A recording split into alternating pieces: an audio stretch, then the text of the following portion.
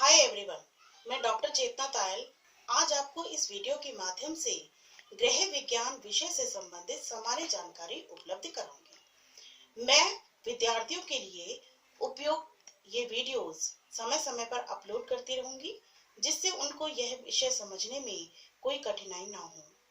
इसलिए आगे बढ़ने से पहले आप हमारे इस चैनल को लाइक व सब्सक्राइब अवश्य करें। साथ ही नोटिफिकेशन बेल आइकन को भी अवश्य प्रेस करें। इससे आपको नए वीडियोस की जानकारी समय समय पर प्राप्त होती रहेगी और विषय सामग्री संपूर्ण रूप से आपके ज्ञान वर्धन के लिए उपलब्ध रहेगी। चलिए अब बात करते हैं गृह विज्ञान की। गृह विज्ञान क्या है? ये गृह विज्ञान जैसे कि आप देख रहे हैं, दो शब्दों से मिलकर बना होता है, अर्थात घर में अपनी आवश्यकताओं को पूरा करने के लिए हम जिस साइंस का या विज्ञान का प्रयोग करते हैं उसे गृह विज्ञान कहा जाता है। गृह विज्ञान एक ऐसा विज्ञान है जिसके अंतर्गत गृह से संबंधित पूर्ण जानकारी प्राप्त की जाती है। इसके अंतर्गत पाक क्रिया से कला से संबंधित सिलाई कढ़ाई, गृह सज्जा, बजट बनाना, बचत करना आदि बातें आती हैं। इनके द्वारा गृहिणियों को जानकारी देकर गृह व्यवस्था में निपुण किया जाता है। वैसे देखा जाए तो गृह विज्ञान सुनने में एक बहुत आम विषय लगता है, लेकिन ऐसा नहीं है। इसके अंतर्गत केवल एक विषय की ही जानकारी हम प्राप्त नहीं करते, बल्कि हम विभिन्न विषयों को पढ़ते हैं और गृह विज्ञान को सुचारू रूप से चलाने में सहायता प्रदान करते हैं। गृह विज्ञान मुख्य रूप से 5 भागों में विभाजित होता है।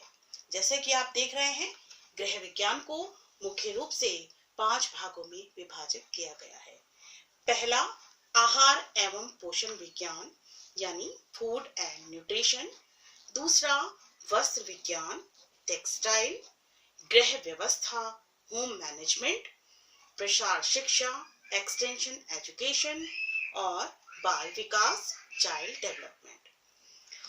चलिए अब हम बात करते हैं, जैसे कि देखा है कि इनको 5 भागों में विभाजित किया गया, उन 5 भागों के बारे में मैं आपको थोड़ा बताऊंगी। तो गृह विज्ञान को सबसे पहले विभाजित किया गया आहार एवं पोषण विज्ञान यानी फूड एंड न्यूट्रिशन में। आहार एवं पोषण विज्ञान क्या होता है? आहार मीन्स भोजन और पोषण मीन्स हमारा आहार का पूर्ण रूप से शोषित हो जाना, यानी जो भोजन हम लेते हैं वो भोजन क्या है, किस तरह से हम वो लेते हैं, इसका हमारे शरीर में क्या महत्व है और ये भोजन क्यों लिया जाता है, ऐसा क्या कारण है हम भोजन को लेते हैं और इस भोजन से हमें क्या प्राप्त होता है। बहुत सारे पौष्टिक तत्वों के बारे में भी इनसे जानकारी प्राप्त होती है। यदि गृहिणी को भोजन संबंधी प्रत्येक जानकारी प्राप्त हो जाए तो घर में वो सभी की आवश्यकताओं की पूर्ति बहुत आसानी से कर पाएगी। साथ ही उसे भोजन पकाने की क्रियाओं का भी ज्ञान इसके अंतर्गत बताया जाता है। दूसरा देखिए, वस्त्र विज्ञान। वस्त्र विज्ञान क्या है? वस्त्र मीन्स कपड़ा जो हम पहनते हैं। ये कपड़ा क्या होता है? कपड़ा कैसे बनता है, कहाँ से हम इसे प्राप्त करते हैं? तंतु, जिससे हम वस्त्र बनाया जाता है वो क्या होता है? तंतु हम किससे प्राप्त करते हैं? ये फाइबर क्या होता है? फाइबर किन किन चीजों से हमें मिलता है? वस्त्रों की देखभाल हम किस तरीके से करते हैं? कौन कौन सी ऐसी चीज है जिनके द्वारा वस्त्रों की जानकारी हमें मिलती है? वस्त्रों पर यदि दाग धब्बे लग जाएं तो उनको किस तरीके से छुड़ाया जा सकता है? वस्त्रों की देखभाल किस तरीके से की जा सकती है? विभिन्न उपभोक्ता की समस्याओं को हम किस तरीके से सुधार ला सकते हैं? तो बहुत सारी परिसज्जाएं होती हैं जो वस्त्रों पर की जाती हैं, जिससे वस्त्र पहनने योग्य बनता है। तो ये सारी की सारी चीजें हम वस्त्र विज्ञान के अंतर्गत हम सीखते हैं। या कौन से केमिकल, किस चीज का हम प्रयोग करते हैं जो हमारे वस्त्र के लिए उपयोगी है या हमारे वस्त्र के लिए उपयोगी नहीं है। तो ये सारी चीजें हम वस्त्र विज्ञान के अंतर्गत एक गृहिणी को बताते हैं। इसकी पूर्ण जानकारी होना भी एक गृहिणी के लिए अत्यंत आवश्यक होता है। तीसरा आता है गृह व्यवस्था। गृह व्यवस्था तो एक गृहिणियों के लिए एक बहुत ही मुख्य रूप से प्रयोग किया जाता है। गृह व्यवस्था क्या है? घर के अंदर घर को सुचारू रूप से चलाने के लिए जो व्यवस्था की जाती है उसे गृह व्यवस्था कहते हैं। इसके अंतर्गत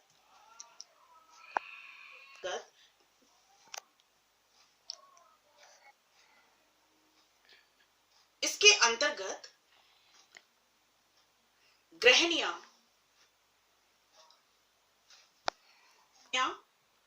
अपने घर को अच्छे तरीके से सजाना संवारना सीखती हैं। अपने घर के अंदर सभी व्यक्तियों की समस्याओं को आसानी से समझ पाती हैं। किसको किस चीज की आवश्यकता है या किसको किस तरीके से काम को किस तरीके से किया जाना चाहिए, वो एक गृह व्यवस्था के अंतर्गत गृहिणी को बताया जाता है। इसके अंतर्गत जैसे बजट बनाना, बचत करना, कार्य को सरल बनाना, क्योंकि कार्य बहुत सारे कार्य जैसे कि हम पुराने जो है हम आधुनिक समय में हम जिस कार्य को बहुत आसानी से कर लेते हैं, पहले समय में वही कार्य बहुत मुश्किल से हो पाते थे। जैसे पहले समय में हम लोग कोई भी चीज को करने के लिए हम केवल हाथों के द्वारा ही करते थे, लेकिन वर्तमान युग में, आज के युग में जैसे जैसे साइंस ने एक्सपेरिमेंट किए हैं, जैसे जैसे साइंस युग बढ़ता चला जा रहा है, उसी तरीके से हम नई नई मशीनों का आविष्कार हो गया है। नई नई मशीनों का आविष्कार होने से उसी कार्य को हम सरल बना सकते हैं। चौथा आता है प्रसार शिक्षा।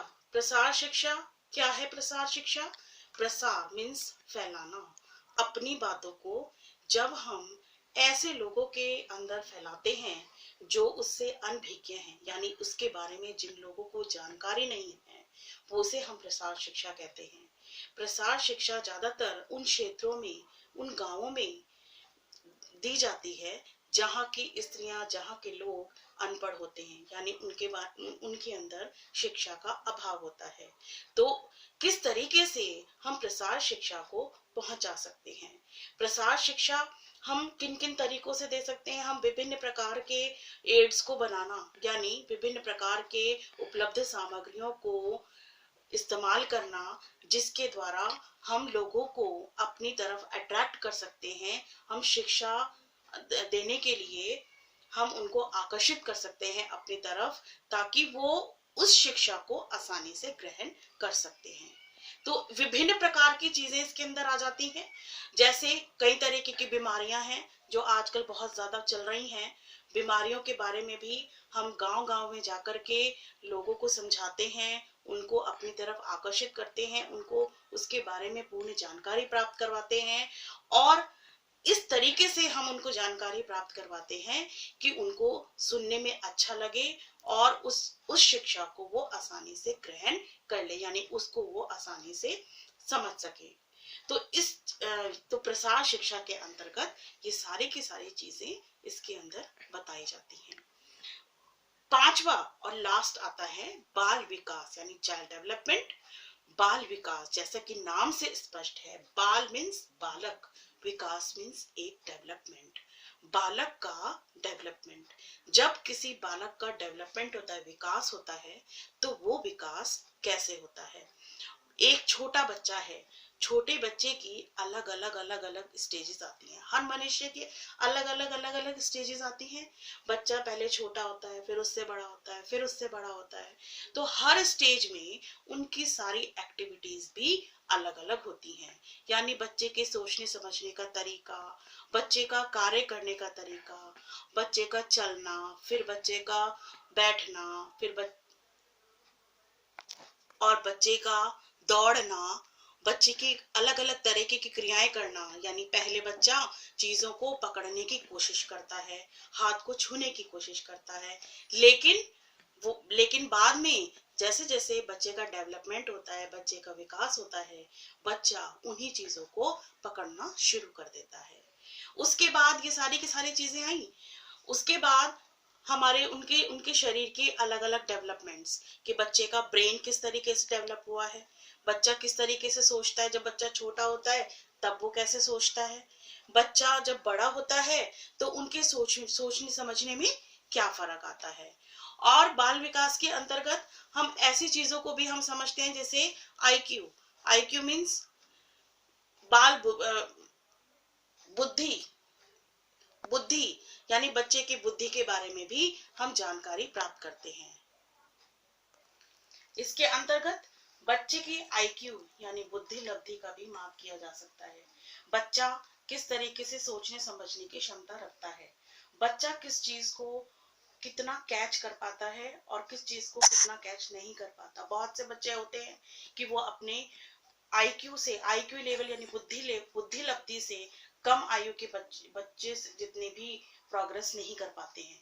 लेकिन बहुत से बच्चे ऐसे होते हैं कि अपनी उम्र के बच्चों से ज्यादा वाली उम्र के बच्चों से अच्छा सोच पाते हैं।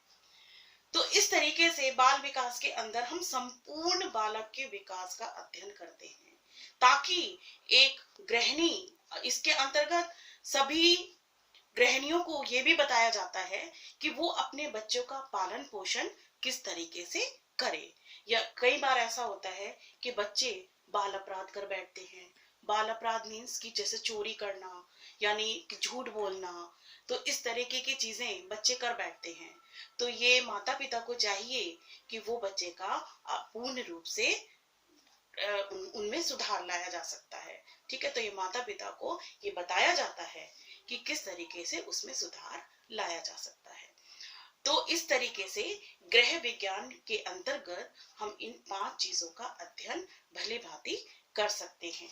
और इन 5 चीजों को जानने के बाद हम ये कह सकते हैं कि गृह विज्ञान एक सामान्य विषय नहीं है।